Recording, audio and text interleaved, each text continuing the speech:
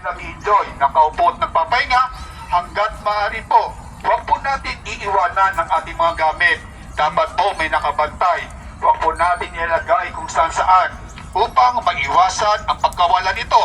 Sa ganung paman, hindi po makaporma ang magandang kumuha o sumalisi ng mga bagay na sa inyo po ngayon. Maging aware po tayo at bigilan sa ating paligid.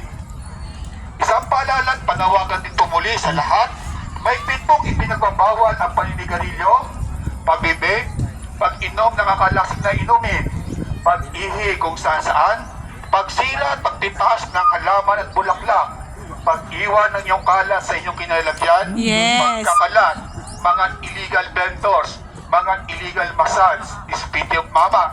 Ang lahat ng ito ay may kakulang sanction at penalty. Alisunod na po sa ipinatutupad ng City Ordinance ng Baguio. Muli po kami nananawagan at nagpapaalala. Kung meron pong magyayaya o mag-offer ng masahe, sila po'y huwag ninyo tatangkilikin. Sila po ay bawal at illegal po sila dito sa Vietnam. Paalala rin po muli sa lahat. May pong ipinagbabawal ang pagpapalipad ng drone kung ito po ay walang permiso. Isang panawagan at paalala po sa mga magulang at guardian ng mga bata, mga magulang at guardian. Pakibantayan niyo po mabuti ang inyong mga anak. Huwag niyo po silang iwan kung saan. Atin po silang samahan, subaybayan, gabayan, kahit saan po sila magpunta. Upang sa ganon, hindi po sila mawalay sa inyong piling.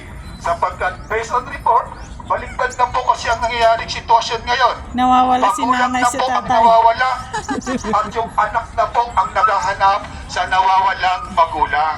Kaya calling the attention, all parents and guardians, please mga magulang, pakibantayan niyo po mabuti ang inyong mga anak, bantayan niyo din mabuti ang inyong mga magulang.